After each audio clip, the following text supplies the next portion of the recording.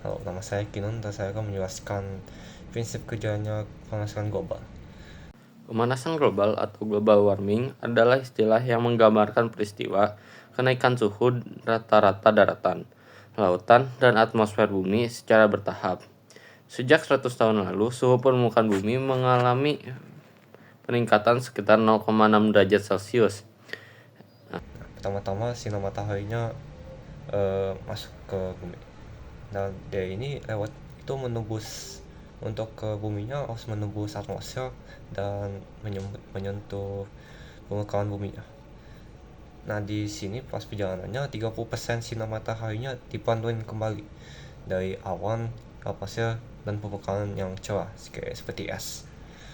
Nah, sisanya yang 70%-nya diserap oleh bumi dan jadi dihangatin. Nah, setelah buminya menyerap panasnya, itu buminya sendiri mau mencariin kembali energinya ke atmosfer dalam bentuk radiasi inframerah yang gelombang panjang.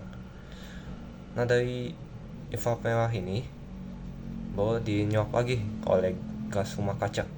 Gas ini seperti CO2, CH4, NO2, H2O, dan O3. Nah, ini punya sebagian besar radiasi inframerah ini. Nah, kenapa bisa menyuap? Karena gas rumah kaca ini memiliki ikatan polar. Ikatan polar tersebut memiliki atom-atom yang bergerak tidak simetris, dan gas-gas tersebut menyuap inframerah dengan memecahkannya kembali sebagian kembali ke bumi. Ikatan polar ini akan semakin kuat dengan semakin tingginya elektrogravitasitasnya. Ini elektronegativitasnya ini merupakan seberapa besar mungkin atom akan naik elektronnya. Nah, ini gas-gasnya yang menyuap gas rumah kaca. Nah, ini pertama karbon dioksida. Ini sumbernya biasanya dari pembakaran bahan bakar fosil atau deforestasi. Ini mampu menyerap radiasi inframerah pada pita frekuensi tertentu. Nah, gas ini paling berkontribusi dalam jangka panjang karena memiliki waktu tinggal di atmosfer itu ratusan tahun. Dan gas ini yang paling banyak dalam berkontribusi pemanasan global. Kedua ada metana. Nah, ini sumbernya dari pertanian, limbah organik, produksi gas alam, gitu ya. Kekuatannya ini kekuatan penyerapannya itu 25 kali dari 25 kali besar dari CO2. Nah, tapi metana ini bertahannya sampai cuma sebentar, sekitaran 12 tahun. Yang ketiga ada nitrogen oksida. Ini sumbernya dari penggunaan pupuk dan pembakaran biomasa. Nah, ini lebih kuat daripada CO2 dalam menyerap radiasinya sekitar 300 kali dalam jangka 100 tahun. Nah, yang keempat ada HFC atau hydrofluorocarbon. Ini sumbernya dari AC, kulkas, pendingin industri. Nah, ini bisa bertahan 15 tahun. Nah, ini katanya bisa dari 100 sampai 1000 kali daripada CO2. Nah, lalu kelimanya ada sulfur hexafluorida. Ini sumbernya dari industri kelistrikan, elektronik, dan manufaktur. Ini bisa bertahan sangat lama, bisa kira-kira 3200 tahun. Nah, ini juga lebih besar dari CO2, sekitar 23.500 kali lebih besar.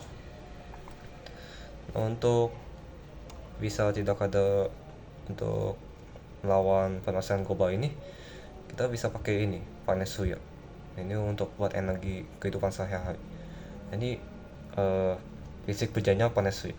Yang pertama-tama penangkapan energi matahari. Panel surya ini dalam kecil-kecil ini disebut sel fotovoltaik. Ini berfungsi untuk menangkap energi matahari.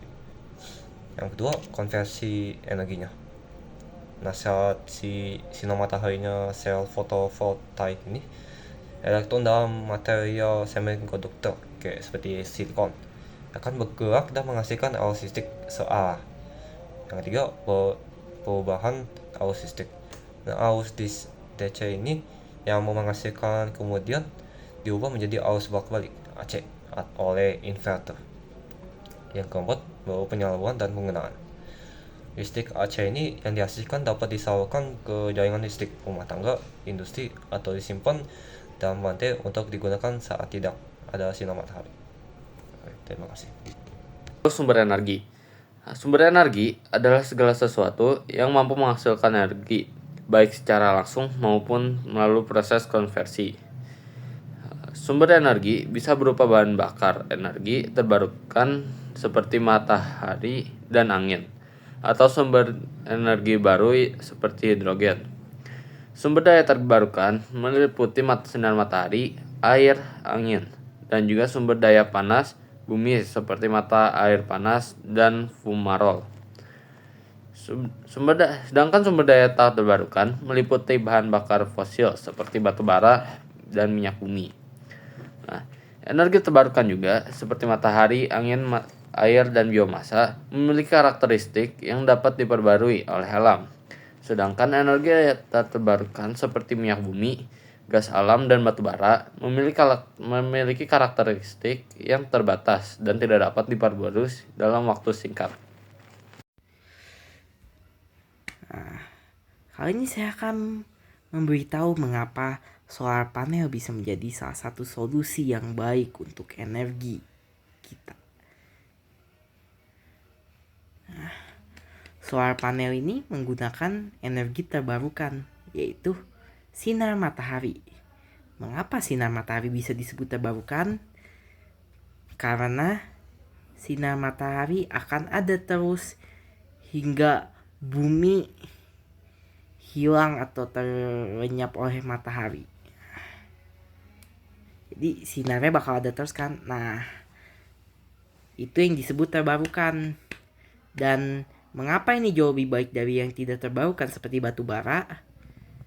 Nah, tapi sebelum itu saya akan menyebutkan mengapa batu bara itu tidak terbarukan. Batu bara tidak terbarukan karena batu bara itu sendiri merupakan bahan bakar fosil. Bahan bakar fosil sendiri merupakan bahan bakar yang ditemukan di bawah tanah, dari pelapukan para makhluk hidup tersebut.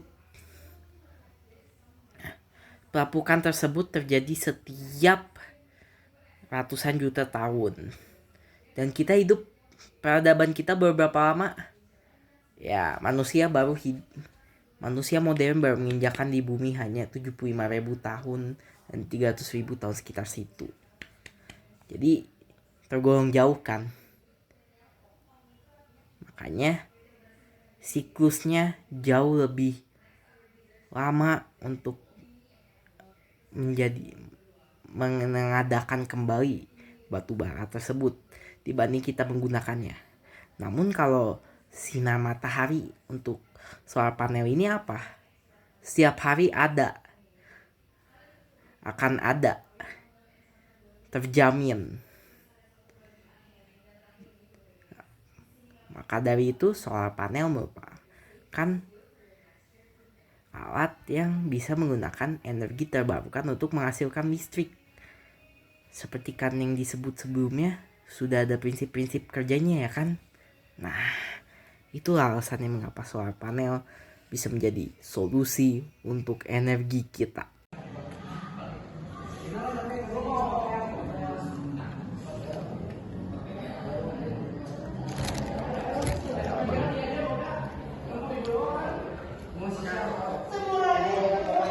Nggak kelihatan gitu, udah.